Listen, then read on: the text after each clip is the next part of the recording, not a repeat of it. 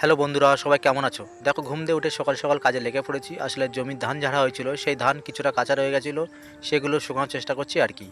এদিকে বউ আমার বাইকের চাবি আর ব্যাগ ধরে দিয়ে বলছে মুদি বাজার আর মাছ নিয়ে আসতে হবে, তা না হলে কিন্তু আজকে রান্না বন্ধ। তাই তো আর দেরি না করে বউয়ের হাত থেকে বাইকের চাবি আর ব্যাগটা নিয়ে সোজা বেরিয়ে পড়লাম আমার হন্ডা বাইকটা নিয়ে বাজারে যাওয়ার উদ্দেশ্যে। এবং সেখানে গিয়ে প্রথমে আমি মুদি দোকানে ঢুকলাম, কারণ মুদি দোকানের মাল নিতে বলেছিল, সেই জন্যে মুদি দাদাকে ছোট্ট একটা বিল করে আমার মালগুলোকে প্যাকেট করে দিতে বললাম। মুদি দাদা সেই বিলটা করে আমার মালগুলোকে প্যাকেট করে আমার হাতে তুলে দিল। এবং তারপরে আমার মালের পেমেন্টটা করে বাকি হিসাবটা নিয়ে আমি সোজা বাইকের দিকে পৌঁছে গেলাম মাছের হাটে যাওয়ার জন্যে। এখানে এসে দেখি এখানে তো অনেক মাছ রয়েছে, সেখান থেকে কী মাছ নেবো ভেবে না পেয়ে শেষমেশ আমি পার্শে মাছ আর চিংড়ি মাছটাকে প্যাকেট করে দিতে বললাম। সেই মাছটাকে নিয়ে আমি আমার হন্ডাটাকে নিয়ে সোজা বাড়ি থেকে রওনা দিলাম।